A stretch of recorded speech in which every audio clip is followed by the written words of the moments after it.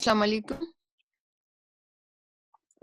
आज नेट थोड़ा सा मुझे लग रहा है कि काफी ब्लरी सा आपको नजर आ रहा है, बट लेकिन गुजारा करें, मैं मार्कर यूज कर रही हूँ वैसे भी ताकि आपको क्लियर नजर आए। Today's topic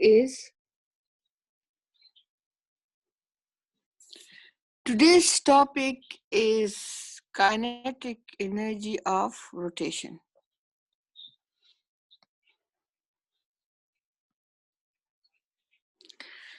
Now, as we have seen that when so we can see that in certain motions, body can move in the forward direction as well as there are rotatory motions involved. For example, अगर आपके पास एक गाड़ी जा रही है और आप उसमें बैठे हैं तो आप देखेंगे कि आप आगे की तरफ जा रहे हैं, गाड़ी भी आगे की तरफ जा रही है। तो दिस इज ट्रांसलेशन मोशन और we can say linear motion.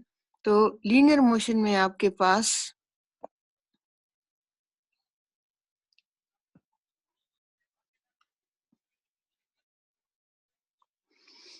जो है हमारे पास काइनेटिक एनर्जी का जो फॉर्मूला है, that is kinetic energy is equal to half mv², right. But if you look at wheels of the car, जिसमें आप जा रहे हैं तो फॉरवर्ड डायरेक्शन में है, लेकिन अगर आप उसकी व्हील्स को देखें then you can see that wheel of the car can move in the forward direction, so they possess translatory motion as well as they are moving around its own axis. So in tires, if you look at the tire of the car, you will see that you have kinetic energy, which is half mv², and also we will say that as the body is moving in the forward direction, but at the same time they are rotating, so we say that they omega². but ये मेरे पास कैसे आ गया, ये हमें इसको अभी derive करना है। So for this purpose we say that if body is circular path, तो आपके पास हर पार्टिकल जो है जाहिर है वो फॉरवर्ड डायरेक्शन में भी जा रहा है और उसका कोई ना कोई डिस्टेंस है from the axis of rotation, and let's say this distance is r1, तो और वो रोटेट भी हो रहा है। In the same way there will be mass m2 जो रोटेट भी हो रहा है और फॉरवर्ड डायरेक्शन में भी मूव कर रहा है, and m3 and so on। तो मास डिस्ट्रीब्यूशन जो है, जितने पार्टिकल होंगे, they are moving in the forward direction as well as they are rotating around its own axis. So we want to जो आपके पास रोटेशन हो रही है, इसमें मेरे पास कितनी काइनेटिक एनर्जी एग्जिस्ट करेगी, राइट।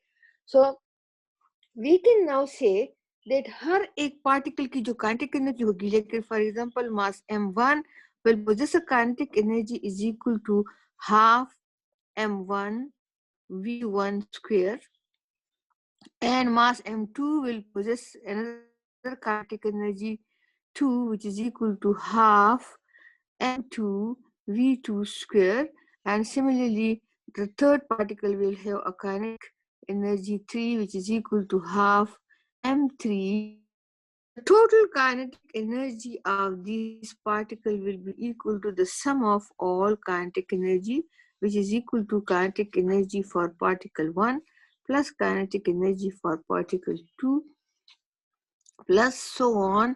जितने भी पार्टिकल होंगे उन सब की काइनेटिक एनर्जी को, लेट्स से कि मेरे पास n पार्टिकल हैं, तो जो nth पार्टिकल होगा उसकी एनर्जी होगी half mn vn², right? And if substitute their value, then I will say kinetic energy is equal to half m1 v1² plus half m2 v2² plus so on up to half m n vn². Okay. मैं कह रही हूँ that if a particle is moving or if a body is moving, say it consists of large number of particles, right? और मेरे पास अगर large number of particles possess कर रही है कोई body, तो वो particle आपके पास क्या कर रहे हैं? They are moving in the forward direction as well as they are moving in a circular path. तो फॉरवर्ड डायरेक्शन में जो उसकी वेलोसिटी होगी वो मेरे पास ये होगी, लेकिन सर्कल में उसकी होगी वो मेरे पास ये होगी। And I want to derive the circular velocity कि जो मेरे पास काइनेटिक एनर्जी जो पार्टिकल मूव कर रहे हैं इन सर्कुलर पाथ, उनकी kinetic energy half I omega square है। तो ये कैसे आ गई है? क्योंकि ये मोमेंट ऑफ इनर्शिया भी इन्वॉल्व है, एंगुलर वेलोसिटी भी इन्वॉल्व है। So I want to derive this relationship for a body which is moving in a circular path as well as it is moving in the forward direction. तो circular path में जब ये move कर रही है, rotation कर रही है, रोटेटरी मोशन इसमें है, सारे पार्टिकल जो है दे रोटेट हो रहे हैं, उनकी काइनेटिक एनर्जी क्या होगी? सो मैंने स्टार्ट किया है that if this body consists of m1 m2 m3, जितने आपके पास यहाँ पे पार्टिकल्स होंगे m1 m2 और m3, इन सब की काइनेटिक एनर्जीज को मैंने ये लिख दिया है। काइनेटिक एनर्जी m1 के लिए ये होगी, m2 के लिए ये होगी, m3 के लिए ये आ रही है, राइट। इसी तरह से अगर मैं इन सारी को ऐड करूंगी तो मेरे पास total kinetic energy of the body आ जाएगी, क्योंकि मेरे पास सिर्फ m1 m2 m3 नहीं है, मेरे पास बिलियंस और मिलियंस ऑफ पार्टिकल हो सकते हैं, 1000 हो सकते हैं, 100 हो सकते हैं। So I will say let the particles in this rotatory body is n, right? If there are n particles, then I will say the total kinetic energy of it will be equal to kinetic energy for particle 1 plus kinetic energy for particle 2 plus so on। मैं सबको add करूंगी यहाँ तक कि मेरे पास m n v n जितने भी होंगे वो आ जाएंगे, ठीक है। Now I will say that I'm going to substitute this value now, that it is half m1, तो v की क्या वैल्यू है मेरे पास? It is v is equal to omega r. So I will say it is omega r1, m1 का distance r1 है, ठीक है। लेकिन सारे पार्टिकल एक ही स्पीड के साथ मूव कर रहे हैं, ऐसा नहीं है कि कोई ज्यादा तेज मूव कर रहा है, कोई कम कर रहा है। टायर आपके पास है, वो रोटेट हो रहा है, गाड़ी का टायर रोटेट हो रहा है, तो ये नहीं है कि एक पार्टिकल तेज मूव करेगा और एक स्लो मूव करेगा। This is significant that every particle they are moving with the same speed. Therefore omega के साथ मैं ओमेगा 1 ओमेगा 2 ओमेगा 3 नहीं लिखूंगी, लेकिन हर पार्टिकल डिस्टेंस जो है फ्रॉम द सेंटर वो डिफरेंट है, कोई करीब है कोई दूर है, तो इसलिए इनके आर है वो चेंज हो रहे हैं। इसलिए मैं m1 मान चेंज हो रहा है, आर चेंज हो रहा है, उसको मैं m1 r1 m2 r2 whatever जो भी होगा उसको लिखती जाऊंगी। Then I will say, और स्क्वायर इसके ऊपर है बिकॉज v का स्क्वायर है, plus half m omega r2 whole square and plus so on, यहाँ तक कि आपके पास होगा half m n omega r n whole square, ये आ जाएगा आपके पास, ठीक है, ये r n होल स्क्वायर आ जाएगा। देन आई कैन से कि मेरे पास भी कॉमन है और मेरे पास ओमेगा भी कॉमन है, ठीक है। सो आई कैन से ये मेरे पास ये जितने 1 r1 और r2 r3 r4 ये सब के I can take the sum of all, मैं है वो तो कॉमन है सबका, इसलिए मैंने उसको पहले बाहर निकाल दिया। And now I will say sum of all m i r i square into omega square. I क्या है? It is from 1 to n को जमा करके मेरे पास ये आया है, this is half summation of summation of mi r I square omega square, right? And now we know that this sum of mi r I whole square, इसको मैंने डिफाइन किया है that it हाथ से हमने इसको कैलकुलेट किया है कि जिस तरह रिजिड बॉडी में आपके पास मास डिस्ट्रीब्यूट होता है तो उसके लिए जो इनर्शिया होगा वो सिर्फ उसके मास पे डिपेंड नहीं करेगा, बल्कि we will take omega common भी आ जाएगा आपके पास, ठीक है। सो आपके पास डिस्ट्रीब्यूशन के लिहाज से हमारे पास जो मोमेंट ऑफ इनर्शिया है वो आएगा ही, ठीक है। सो नाउ आई कैन से हाफ, ये मेरे पास सारा जो है आ गया है आई और ओमेगा स्क्वायर जो है वो मेरे पास कांस्टेंट है, उसको सम करने की जरूरत ही नहीं है, तो वापस पास ओमेगा स्क्वायर आ जाएगा। ठीक, so this is known as the kinetic energy for rotatory bodies, या रोटेशन की जो आपके पास काइनेटिक एनर्जी है वो रोटेशनल काइनेटिक एनर्जी है, ये आ गई है आपके पास। So simple is this that हम kinetic energy of rotation calculate करने जा रहे हैं, and we said if we have a body which is moving in the forward direction as well as it is rotating, तो हम उसकी हर particle की मास मोशन को कंसीडर करेंगे। Let us assume that it consist of large number of particle m1 m2 m3 m4 and so on. m1 की energy है वो हाफ m1 v1 स्क्वायर है, पार्टिकल 2 की जो एनर्जी होगी मास m2 की वो हाफ m2 v2 स्क्वायर है, एंड सो ऑन। और उन सबको फिर मैंने 8 कर लिया है, which is the total kinetic energy. So total kinetic energy will be the sum of all energy. So kinetic energy will be equal to kinetic energy 1 plus 2 plus जितने भी हैं उसको हमने 8 कर दिए हैं। फिर मैंने V की जगह काइनेटिक एनर्जी की वैल्यू मेरे पास क्या है, हाफ m1 v1 स्क्वायर है, तो V की जगह मैंने उसकी वैल्यू लगाई है ओमेगा r1, 2 की जगह ओमेगा r2 एंड Vn की जगह ओमेगा rn। तो इस तरह उसकी वैल्यू सब्स्टिट्यूट करते जाएंगे, देन वी से मैं इन सबको सम कर रही हूँ, ठीक है। अगर आप इसको सम करेंगे तो सम ऑफ ऑल, राइट, तो फिर आप इसमें से हम निकाल सकते हैं और ओमेगा भी कॉमन ले सकते हैं, क्योंकि ओमेगा सबके लिए, because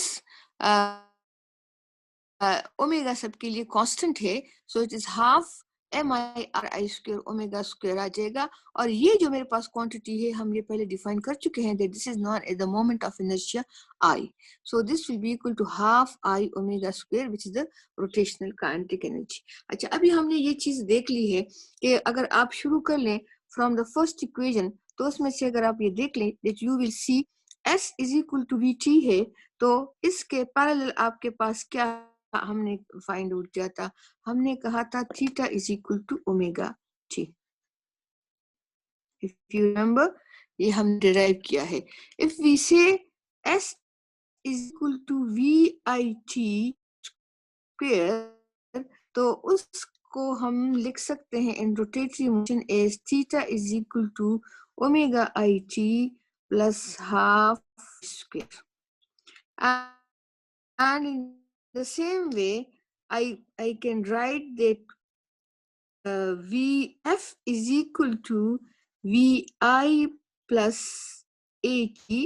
So in angular motion I can say that omega f is equal to omega I plus alpha t. I'm just comparing all the equation in the linear motion and the angular motion. In the same way I can write that Vf square minus Vi square is equal to 2As. If you remember, so इसको मैं लिखूंगी that omega f square minus omega I square is equal to alpha theta, right? फिर हम आ गए हैं किसकी तरफ, हमने कहा कि मोमेंटम मेरे पास क्या है, P is equal to mv, तो मेरे पास लीनियर मोमेंटम L जो है it is equal to I omega. Look at the comparison. M is replaced by I, V replaced by omega, and then is torque. Torque F is equal to ma, तो मेरे पास linear motion में तो torque rotational motion में is equal to omega I. ये मैंने compare किए हैं जितने भी अभी तक हमने इक्वेशन डिराइव की हैं लीनियर मोशन की और एंगुलर मोशन की। इन द सेम वे मेरे पास काइनेटिक एनर्जी के लिए भी है। In for kinetic energy I can write that kinetic energy is equal to half mv square, तो मेरे पास रोटेशनल एनर्जी जो है it is equal to half I omega square.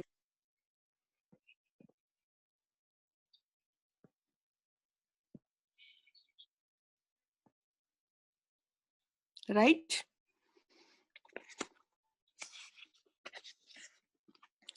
Now we can say that if we have two bodies, let's say the next topic is that if we two bodies, like one is disc and other is hoop, and they roll down an inclined plane, तो क्या होगा? मेरे पास अगर दो bodies हैं, the topic is that rolling of disc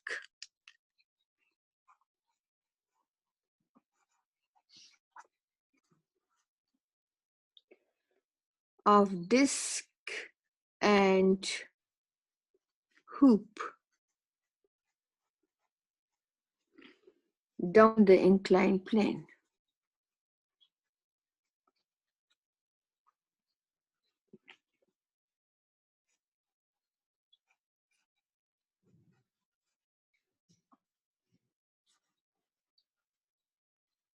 Okay, so let's say कि मेरे पास दो bodies हैं और मैं उनको inclined plane पे वो मेरे पास आ रहे हैं.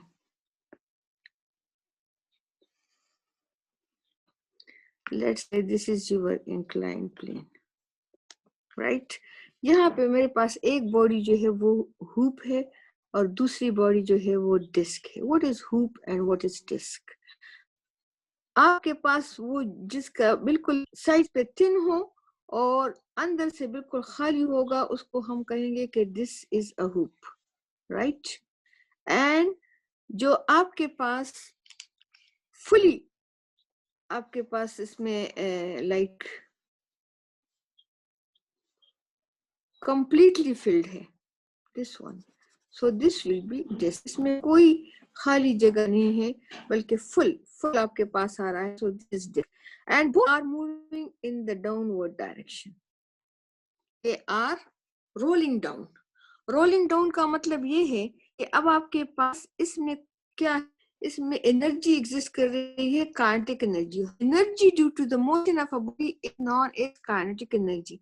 लेकिन if you look at this, अब आपके पास दो किस्म की एनर्जी इसमें होगी. एक उसमें मोशन है, ट्रांसलेशन मोशन, उसकी वजह से काइनेटिक एनर्जी होगी, और दूसरी इसमें आपके पास मोशन है, रोटेशनल मोशन, तो उसकी वजह से आपके पास एनर्जी एग्जिस्ट करेगी.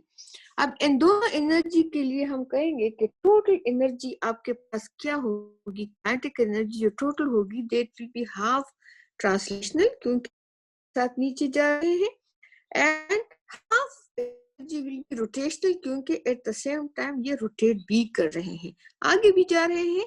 काइनेटिक एनर्जी ट्रांसलेशनल, रोटेट भी कर रहे हैं, काइनेटिक एनर्जी रोटेशनल. एक और एनर्जी भी है कि ये हाइट पर हैं और ये पोजेस करते हैं पोटेंशियल एनर्जी को. तो जैसे जैसे आपके पास ये नीचे की तरफ जाएंगे, they will lose potential energy and they will gain kinetic energy. So हम इस पे लॉ ऑफ कंजर्वेशन अप्लाई कर सकते हैं.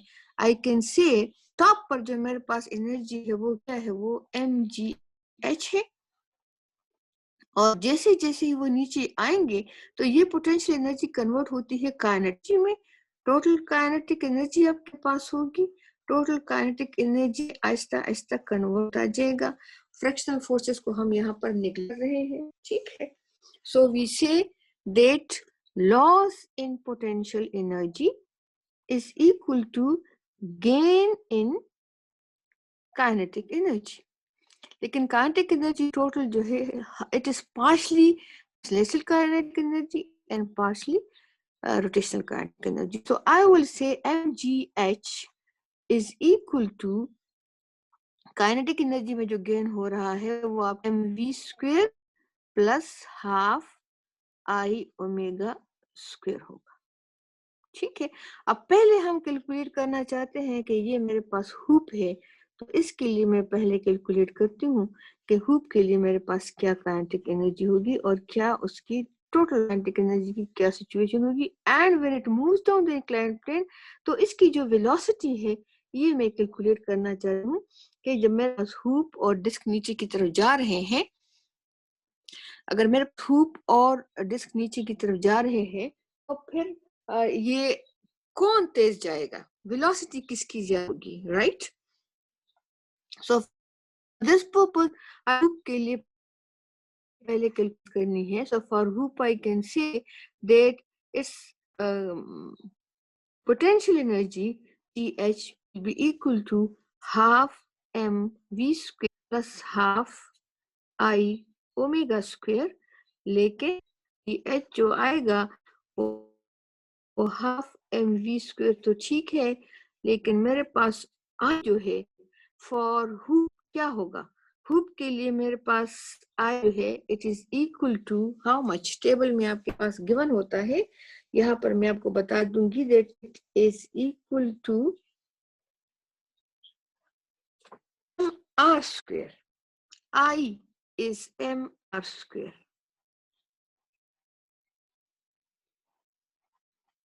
I for hoop is equal to mr square. तो ये मैंने यहाँ पे इसकी वैल्यू सब्स्टिट्यूट की है, right. Then mgh is equal to half m square plus half. अच्छा, ये आपके पास m है, इसको कैपिटल M की फॉर्म में भी हम लिख सकते हैं, स्मॉल के फॉर्म में भी लिख सकते हैं. स्मॉल में लिख लें बिकॉज हमारी सारी कैलकुलेशन स्मॉल में है. So it is half m r square, right? This can be written as mr square. Half m r square omega square. So this is half m v square plus half, ये क्या है, this is v square. So आपके पास इसकी value आ जाएगी mgh is equal to mv square. Half half क्या हो जाएगा, 1 हो जाएगा ना. Half plus half is equal to 1. So mg is equal to mv square. mm को कैंसिल कर दें, so you will get v is equal to gh under the root, right?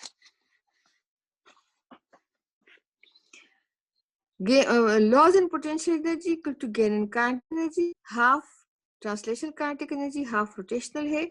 और फिर यहाँ पे I की वैल्यू सब्स्टिट्यूट की है. I for hoop is equal to mr square. तो इसकी वैल्यू जब मैं सब्स्टिट्यूट करूंगी तो आपके पास m r square, ये कैपिटल R की फॉर्म में ये लोग लिखते हैं, लेकिन हम यहाँ पे ले रहे हैं, so you can put it is mr square. तो half M r square omega square. M r square आपके पास क्या है, ये हमने इसका लिखा हुआ है मोमेंट ऑफ इनर्शिया, ठीक है. And then we say that half M v square plus half, ये भी एम है यहाँ पर, ये वी हो जाएगा. तो हाफ एम वी स्क्वायर, ये आपके पास half of common, you will get v is equal to gh. ये जो आपके पास मोमेंट ऑफ इनर्शिया है, they given in the table. आपके पास पीछे एक टेबल है, उसमें आप आपकी बुक्स में अवेलेबल होते हैं, हर जगह पे ये अवेलेबल है. आपकी बुक में भी है, comparing linear and angular motion से पहले है.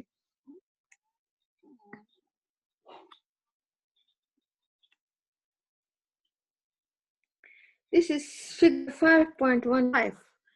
5.15 में आपके पास गिवन है, डिस्क भी गिवन है और साथ में डिस्क भी गिवन है और हुप का भी गिवन है, ठीक है.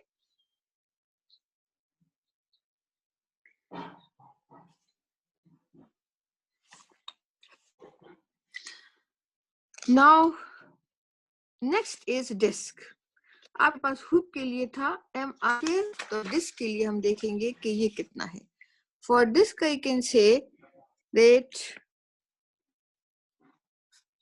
again loss in potential energy is equal to gain in kinetic energy. Potential energy mgh है, kinetic energy आपके पास half mv square is translational and half I omega square is rotational.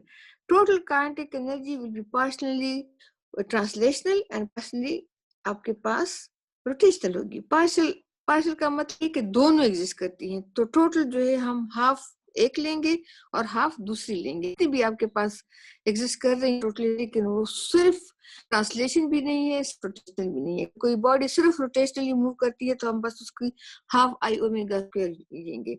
अगर सिर्फ बिल्कुल स्ट्रेट लाइन में move कर रही है तो हाफ एम वी स्क्वायर। लेकिन अगर एक बॉडी आपके पास फॉरवर्ड डायरेक्शन में भी जा रही है तो उसमें ट्रांसलेशनल मोशन एग्जिस्ट करता है और रोटेशनल भी एग्जिस्ट करता है। तो पार्शियल रिलेशन और रोटेशनल होगी, तो इसलिए हमने इसका सम लिया है। ठीक, so M G H will be equal to half M we square plus half, यहाँ पर आई जो है, आई की क्या वैल्यू है, आई की value for disk is half M R square. ये I for disk always given in the tables, ये इस फॉर्म में उन्होंने लिखा हुआ होता है। लेकिन मुझे पता है कि कैपिटल एम का यहाँ पे हमने स्मॉल एम लिया हुआ है मास ऑफ द बॉडी के लिए, और हमने स्मॉल आर लिया हुआ है, तो कोई फर्क नहीं पड़ता, मैं इसको यहाँ पे इस तरह लिख सकती हूँ। So it will be equal to M are square omega square. I की वैल्यू मैंने सब्स्टिट्यूट कर दी है। So M G H now is equal to half M we square, right. और यहाँ इसके साथ भी हाफ आ रहा है, दिस इज हाफ, क्योंकि एक हाफ ये हो गया और एक हाफ ये हो गया, तो आपके पास ये कितना हो जाएगा, this will be 1/4 m are square omega square, but half M we square plus 1/4 है, लेकिन ये आर स्क्वेयर ओमेगा स्क्वेयर फिर मेरे पास क्या आ जाएगा, this is equal to velocity, omega r is equal to velocity, तो ये आपके पास v आ जाएगा। And again I can say that this is m we square. अब आप एम वी स्क्वेयर को अगर कॉमन ले लें तो 1/2 प्लस 1/4 आपको क्या देगा, this will give you 3/4 mv square. So mgh equal to 3/4 mv square. mm को अगर आप कैंसिल करें तो आपके पास आ जाएगा v square is equal to 4 को इस साइड h हो जाएगा and v will be equal to 4/3gh under the root. तो आप देखें आपके पास ये वेलोसिटी आ गई है डिस्क के लिए, और हमने जो पीछे कैलकुलेट की है E is equal to GH under the root for hoop. hoop के लिए हमने ये की है। Now compare these two. कौन सी वेलोसिटी आपके पास ज्यादा है, जाहिर है डिस्क की वेलोसिटी आपके पास ज्यादा है, क्योंकि ये 1 पॉइंट समथिंग GH आ रहा है और ये सिर्फ GH आ रहा है, तो ये ज्यादा है। एंड देयरफॉर वी से कि जब आपके पास डिस्क क्या करेगा, रोल होते हुए नीचे की तरफ आएगा, तो डिस्क और रोल दोनों नीचे आ रहे हैं, डिस्क और हुप दोनों रोल करते हुए नीचे आ रहे हैं, लेकिन आपके पास डिस्क तेजी से नीचे आएगा। It is because of its distribution of mass, it is because of its moment of inertia. ठीक है, तो ये आपके पास इसकी वेलोसिटी आ गई है। So the solid disk will move faster than hoop and will reach